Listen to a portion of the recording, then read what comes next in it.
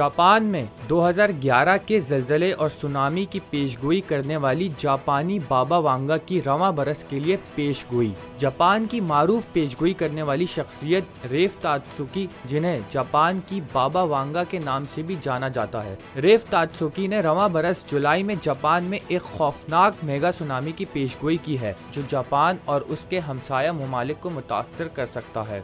जापानी हुकूमत ने नए मेगा ज़लज़ले की वार्निंग जारी करते हुए कहा है कि नानकाई ट्राओ के इलाके में 8 से 9 शिद्दत के मेगा ज़लज़ले से तकरीबन 2,98,000 हलाकतों और $1.8 ट्रिलियन के माशी नुकसान का खदशा है। याद रहे कि तात्सुकी ने मार्च 2011 में एक खौफनाक तबाही की पेशगोई की थी। इसी माह जापान में ज़लज़ला और सुनामी आया था। अब उन्होंने जुलाई 2025 में एक खौफनाक मेगा सुनामी की पेशगोई की है, जो जापान और उसके हमसाया ममालिक को मुतासर कर सकता है। दूसरी तरफ जापानी हुकूमत ने भी हाल ही में एक नई रिपोर्ट जारी की है, जिसमें सुनामी का खदशा जाहिर किया गया है।